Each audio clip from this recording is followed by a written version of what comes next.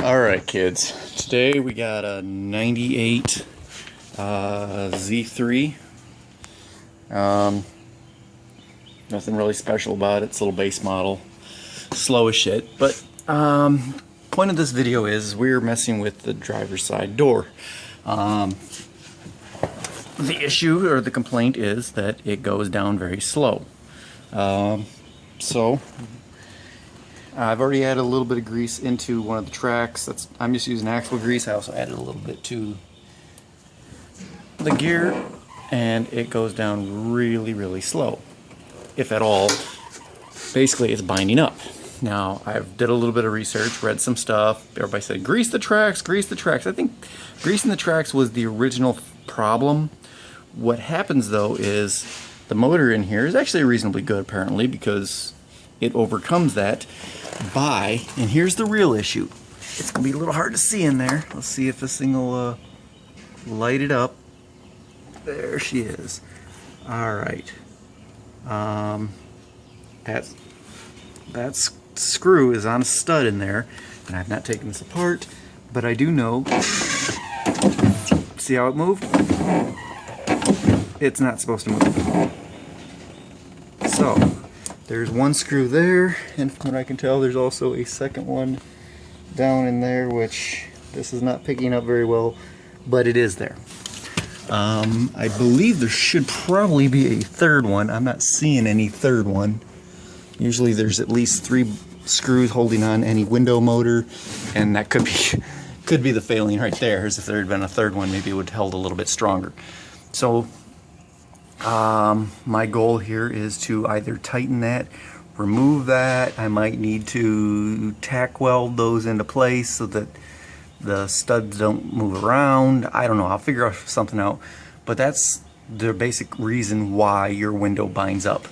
Fix that before it gets too bad, because otherwise you will end up blowing out that hole in there, and at that point in time fixing that will be doable by a good mechanic. The only way I can think of to do it would be possibly welding a new piece of metal in there with a new hole that's solid in the right location, or maybe cutting this sheet metal out, repairing it properly, new piece of metal, just thicken up that sheet metal right in there so it's double thick, and with a new hole in it in the correct location, and then hopefully you can orientate your piece that you cut out back in place, and then stitch it back together with a welder or some kind of sheet metal screw combination. I don't know, I wouldn't trust sheet metal screws. I'd want it to be as rigid as possible. And then taking the door panel off, it really was only one screw. There is one screw behind here. You got to pop out your little switch, which took me just a moment with this little bent up old tool. Pop out. I found it was best to start right here, and I popped out all the little studs all the way around. I think one of them broke, and just so you know, you can always expect one or more to break.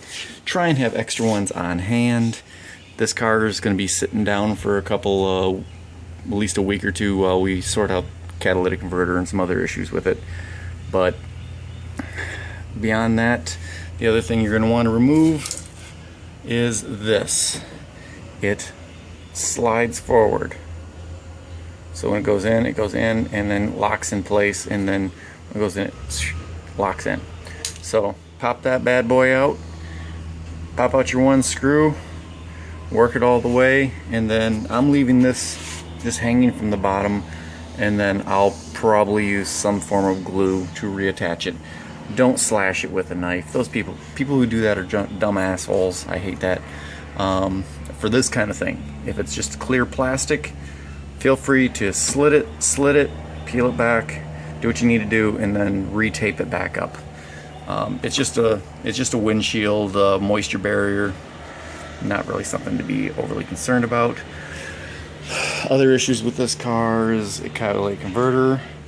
It's got this old classic problem with the cover here. So if anybody wants to do one of those things. They're a little over $200 on eBay. You can get two types. You can get the small one, or if you've got the small arches here, you get the small one. If you don't have that, it's slightly different, then it goes all the way across to here, I believe. So there's two different types. He happens to have the small one. They're both about the same price though. And this thing comes apart with a series of screws.